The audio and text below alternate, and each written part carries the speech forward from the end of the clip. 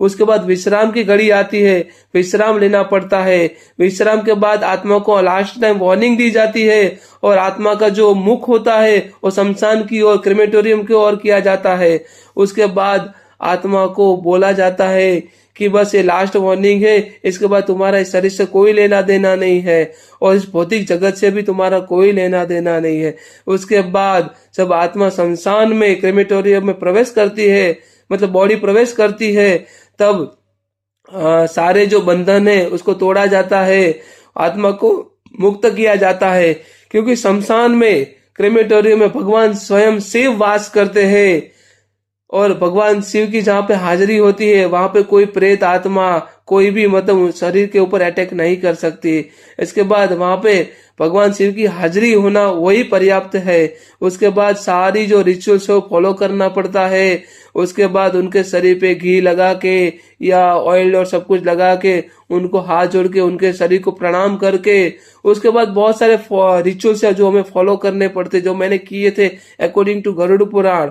उसके बाद उनका जो एक कपाल क्रिया है, जब उनका बॉडी जल रहा था तब हमें कपाल क्रिया करना होता है। क्योंकि ऐसा कहा जाता है कपाल क्रिया से, क्योंकि हमारी जो पास्ट मेमोरी है ना, पीछे वाले जो भाग है ना ब्रेन के, वहां पे हमारी पास्ट मेमोरी स्टोर होती है।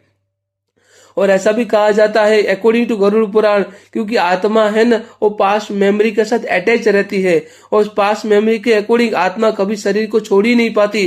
चाहे शरीर का डिस्ट्रक्शन क्यों ना हो गया हो, पर शरीर को छोड़ नहीं पाती। इसीलिए कपाल क्रिया से डंडे के साथ एक बांबू के मतलब बांबू लेके का जो खोपड़ी होता है उसके ऊपर 3 बार मार के उस खोपड़ी को तोड़ना पड़ता है। पीछे मतलब इधर साइड पीछे 3 बार मार के जो घर का जो वडील होता है, घर का जो एल्डर पर्सन होता है, उसको खोपड़ी को 3 बार मार के खोपड़ी को तोड़ते हैं, ताकि आत्मा का शुद्धिकरण हो सके और आत्मा की मुक्ति का कारण बन सके। ये सारा चीजें मैंने गरुड़ पुराण के अकॉर्डिंग मैंने मेरे पापा के लिए किया। तो मुझे एक ही मेरा मकसद था कि मेरे पापा की आत्मा को मुक्ति मिल जाए, मेरे पापा की आत्मा को मेरे नाथ, मेरे नारायण, मेरे वासुदेव, मेरे कृष्ण अपने हृदय में स्थान दे दे। यही मेरा मकसद था, क्योंकि अल्टीमेट गोल यही था कि मेरे पापा को मुक्ति मिल जाए, मेरे पापा को जीवन और मृत्यु के बंधन से मुक्ति मिल जाए और मोक्ष मिल जाए। तो इसीलिए गरुड़ पुराण हमें बहुत कुछ सिखाता है, कैसे जीना है और कैसे मृत्यु के बाद कैसे कौन कौन से रिचुअल्स हमें फॉलो करने हैं, हम गरुड़ पुराण के अकॉर्डिंग सीखते हैं। आई होप आप सब लोगों को समझ में आया होगा।